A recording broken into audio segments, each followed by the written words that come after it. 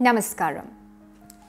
While motherhood is one of the most fulfilling experiences in a woman's life, the period of pregnancy can be quite difficult for most women as it comes with its own sets of physical challenges.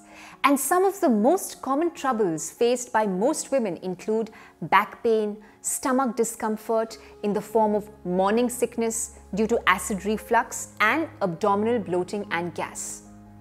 But the good news is that Ayurveda has completely natural remedies for all health concerns of pregnant women. That too without any undesirable side effects both to the mother and the unborn child.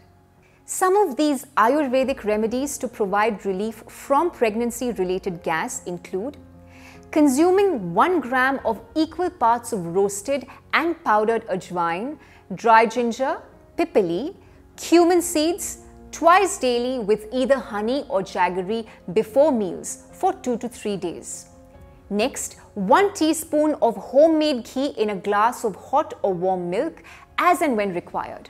Boil 1/4 teaspoon of cumin seeds in 150 ml water for 10 minutes and consume this decoction as and when needed.